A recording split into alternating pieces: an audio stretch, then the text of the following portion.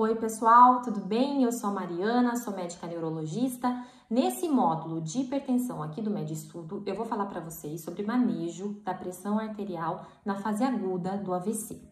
Nós sabemos que existem dois tipos de AVC, o isquêmico e o hemorrágico.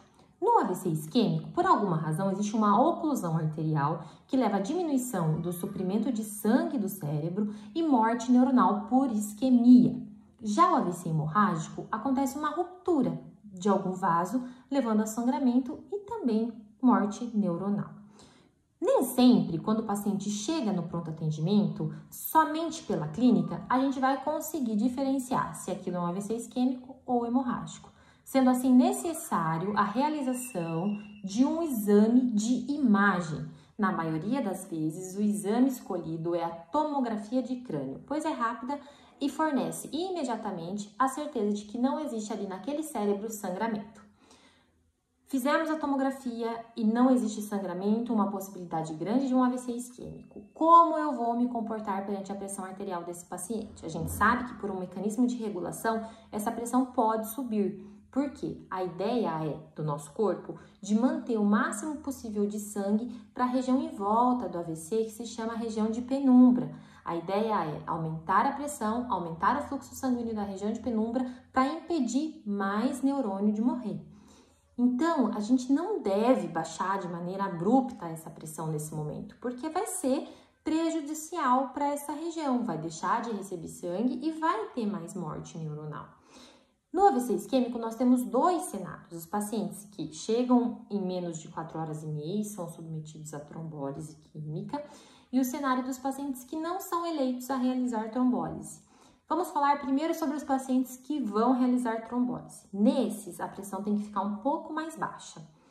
A gente costuma dizer que a sistólica tem que estar abaixo ou igual a 185 e a diastólica menor ou igual a 110. Para que a gente consiga atingir esse nível de pressão, a gente precisa usar, às vezes, algumas medicações. E o ideal é que sejam medicações de meia-vida curta, porque se eventualmente eu tiver algum problema da pressão baixar mais do que deveria, eu suspendo e eu consigo o reestabelecimento desse fluxo para a área de penumbra. Então, o que eu costumo usar de medicação? Se a pressão está sistólica entre 180 e 220, ou a diastólica entre 110 e 140, as medicações de escolha podem ser beta-bloqueadores, como esmolol e metoprolol, e também até mesmo a hidralazina. Mas nem sempre a gente tem disponibilidade nos hospitais aqui do Brasil dessas medicações. Já se a pressão arterial sistólica estiver acima de 220 ou a diastólica acima de 140, eu já estou autorizado a usar nitroprussiato de sódio. A dose de ataque é de 0,5 microgramas por quilo por minuto e eu vou titulando até 8 microgramas quilo minuto até conseguir que a minha pressão fique abaixo a sistólica de 185 e abaixo a diastólica de 110 para que eu consiga realizar a trombólise. E é importante que durante todo o procedimento essa pressão fique abaixo desse nível. E também nas primeiras 24 horas. Sendo assim, se o paciente realiza trombólise, eu preciso medir a pressão arterial dele nas primeiras 2 horas após o procedimento de 15 em 15 minutos, da segunda à sexta hora de 30 em 30 minutos e da sexta à 24ª hora, pressão arterial a cada hora. Lembrando que esse paciente não vai estar com linha arterial, porque quando eu realizo uma trombólise, eu não posso fazer algum procedimento invasivo que possa gerar sangramento.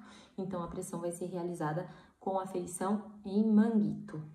Já os pacientes que, por alguma razão, não são eleitos a procedimentos de recanalização, eu posso ser mais permissivo, né? E manter a pressão sistólica até 220 e a pressão diastólica até 120. Passando disso, eu também vou utilizar as medicações que diminuem a pressão e que têm meia-vida curta, né? Como as que eu já falei para vocês aqui no tratamento da trombólise.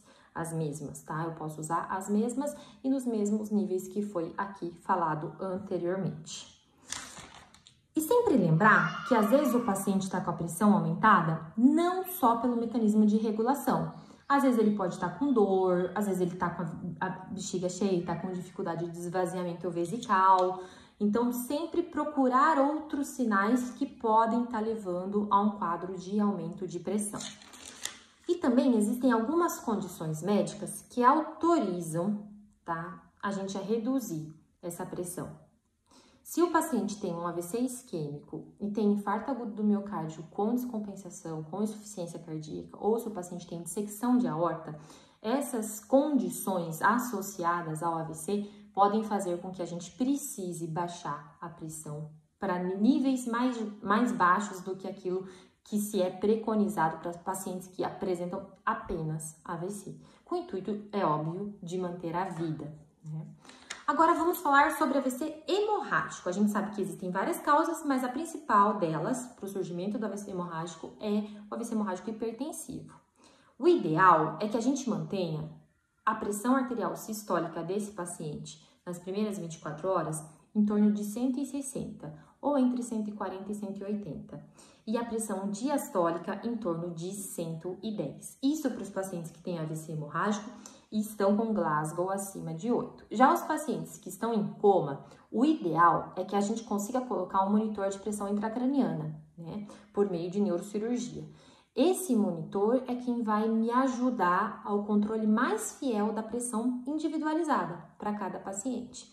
Sendo assim, o ideal é que a pressão de perfusão cerebral dos pacientes que têm AVC hemorrágico e utilizam PICC seja superior a 70. Como que a gente calcula a pressão de perfusão cerebral?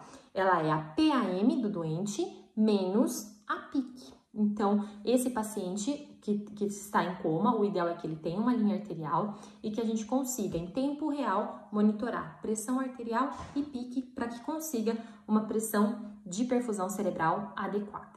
Bom, pessoal, é isso que eu tinha para falar hoje para vocês. Qualquer dúvida, entre em contato comigo. Tchau!